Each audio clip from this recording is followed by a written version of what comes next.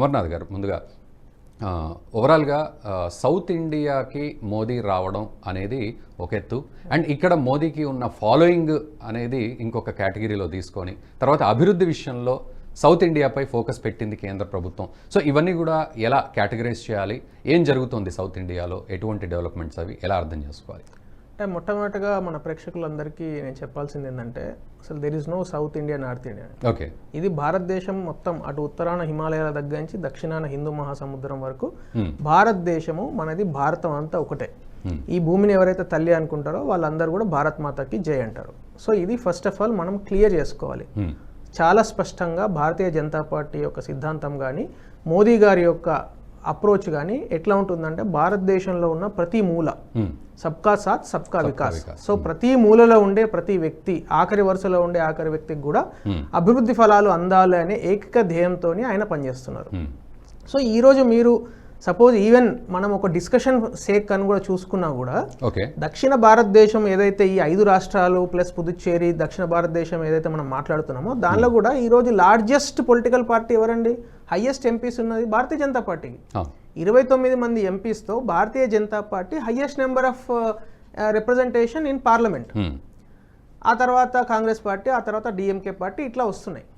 ముఖ్యంగా మనకు అర్థం కావాల్సిందంటే మన ప్రేక్షకులకు, సో మోడీ గారికి భారతీయ జనతా పార్టీకి భారతదేశంలో ఉన్న ఆఖరి వరుసలో ఉన్న ఆఖరి వ్యక్తి కూడా ఇంపార్టెంటే, సబ్కా సాత్ సబ్కా వికాస్. సో దక్షిణ భారతదేశం అని స్పెసిఫిక్గా మనం మాట్లాడుకోకుండా ఈరోజు ఒక రాష్ట్రం కేరళ అనేది ఒక రాష్ట్రం, లక్షద్వీప్ అనేది ఒక కేంద్రపాలిత ప్రాంతం, అట్లాగే తమిళనాడు అనేది ఒక రాష్ట్రం.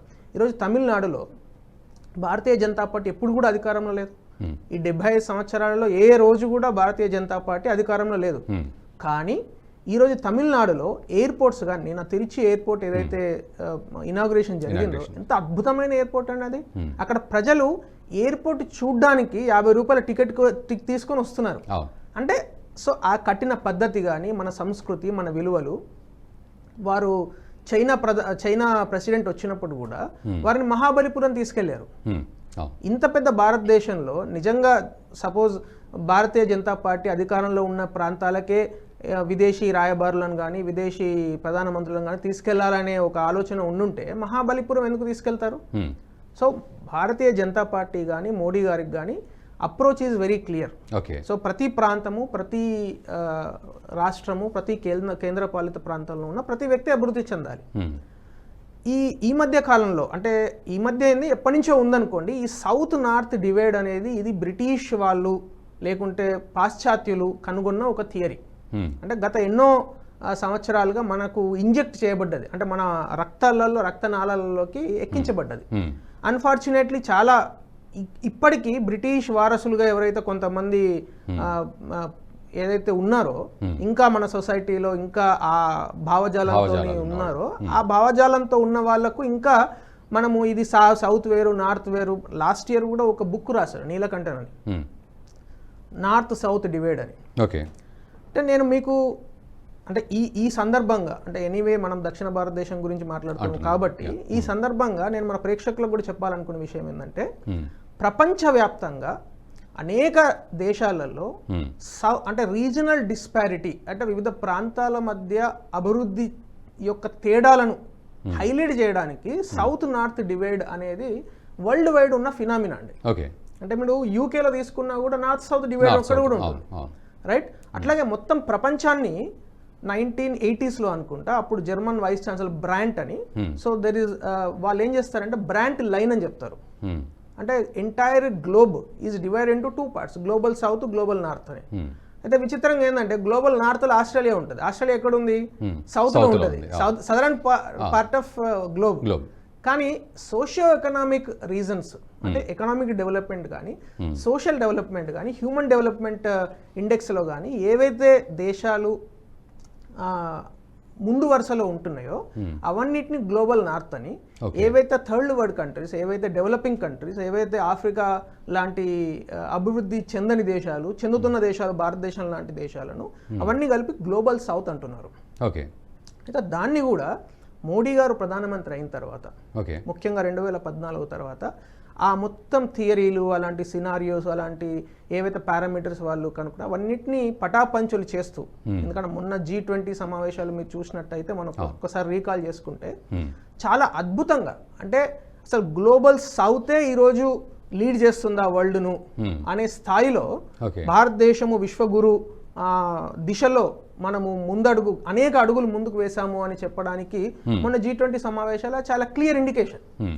సో మనము సరే ప్రపంచవ్యాప్తంగా అనేక థియరీస్, ఆర్యన్ ఇన్వేజన్ థియరీ, తర్వాత ఆర్యన్ మైగ్రేషన్ థియరీ, ఇలాంటి అనేక థియరీస్ ఉన్న నేపథ్యంలో మనము ముఖ్యంగా అంటే భారతదేశాన్ని, ఈ భారతదేశం ఈ మట్టి మొత్తం కూడా మన తల్లి లాంటిది అనుకునే ప్రతి వ్యక్తి కూడా ఈ సౌత్, నార్త్, వెస్ట్, ఈస్ట్ ఇట్లాంటిది మనం చూడొద్దు అనేది నా అభిప్రాయం. ఓకే, సో ఓవరాల్గా అంటే మీరు అన్నట్లు ఓకే, ఇదంతా ఓకే, బట్ పొలిటికల్గా సీట్ల విషయానికి వస్తే సో బీజేపీ అసలు దక్షిణ భారతదేశంలో లేదు అనే వ్యాఖ్యలు రావడం, సరే okay, we'll come to the point. ఓవరాల్గా చూస్తే మరి నిజంగా ఎటువంటి డెవలప్మెంట్ ఫ్యాక్టర్స్ ఇవి అని చూడాలి. అండ్ కాంగ్రెస్ పార్టీ కానీ ఇండి కూటమి కానీ ఖచ్చితంగా వీటిని 100% ఇవి పాలిటిక్స్ కోసమే ఉపయోగపడుతున్నాయని మాట్లాడడం అయితే ఖచ్చితంగా జరుగుతుంది. సో పొలిటికల్గా ఎలా తీసుకోవాలి దీన్ని? అంటే ఆబ్వియస్లీ అండి, మేము పొలిటికల్గా కూడా దాని బెనిఫిట్ ఏదైతే మేము చేస్తున్న కృషి ఏదైతే ఉందో దానికి సంబంధించిన పొలిటికల్ బెనిఫిట్ కూడా తీసుకోవడానికి ప్రయత్నం చేస్తాం కదా.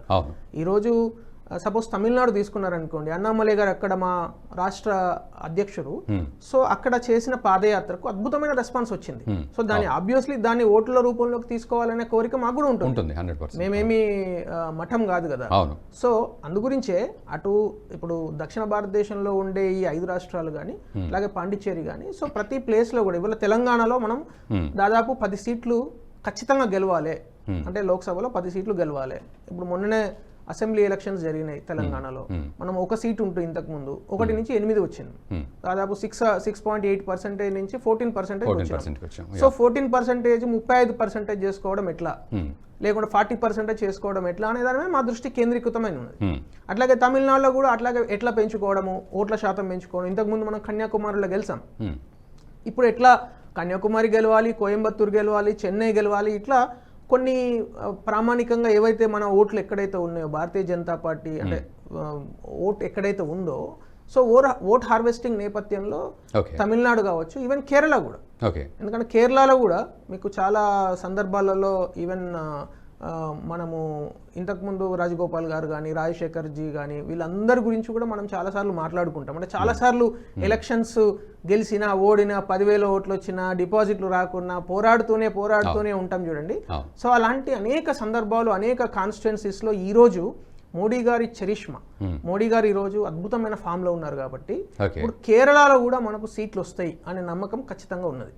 సో ఇప్పుడు ఏంటంటే అసలు నాకు తెలిసినంత వరకు 2014లో ఒకసారి మనం రిమైండ్ చేసుకోగలిగితే కన్యాకుమారి నుంచి జమ్మూ వరకు భారతీయ జనతా పార్టీకి సీట్లు వచ్చినాయి. ఇటు కచ్ నుంచి అరుణాచల్ ప్రదేశ్ వరకు సీట్లు వచ్చినాయి. సో అంటే మొత్తం భారతదేశంలో నలుమూలల నుంచి సీట్లు వచ్చినాయి. 2024లో కూడా భారతదేశం యొక్క నలుమూలల నుంచి కూడా లోక్సభలో మనం అద్భుతమైన మెజారిటీతోని సీట్లు వస్తాయి. దానికోసము పూర్తి స్థాయిలో ఆ ప్రణాళిక జరుగుతున్నది, దానికి ఒక కార్యాచరణ కూడా ఉన్నది. సో రీసెంట్లీ తెలంగాణకు అమిత్ షా గారు వచ్చిన 2 రోజుల క్రితము మోడీ గారు తమిళనాడు అట్లాగే కేరళకు వెళ్ళిన, సో దాని అర్థం అదే. సో మేము ఏదైతే ఫోకస్ చేస్తున్నామో ఒక 140 కాన్స్టిట్యుయెన్సీస్ ఏవైతే మనకు 2వ ప్లేస్లో వచ్చి మనం గెలవడానికి అవకాశం ఉన్న కాన్స్టిట్యుయెన్సీస్ ఏవైతే ఉన్నాయో, సో వాటిపైన ఒక ప్రత్యేకమైన దృష్టి ఉండడం అనేది సహజం. సో ఆ ప్రత్యేకమైన దృష్టిలో దక్షిణ భారతదేశంలో ఎక్కువ సీట్లు ఉన్నాయి. ఈ వీడియో మీకు నచ్చినట్టయితే లైక్ చేయండి, 10 మందికి షేర్ చేయండి, అలాగే కామెంట్ల రూపంలో మీ అభిప్రాయాలను మాతో పంచుకోండి. Nationalist hub group of channels ను సబ్స్క్రైబ్ చేసుకుని తెలుగునాట జాతీయవాద జర్నలిజాన్ని ప్రోత్సహించండి. ఈ వీడియో కింద ఉన్న బెల్ ఐకాన్ పై క్లిక్ చేయడం మర్చిపోవద్దు.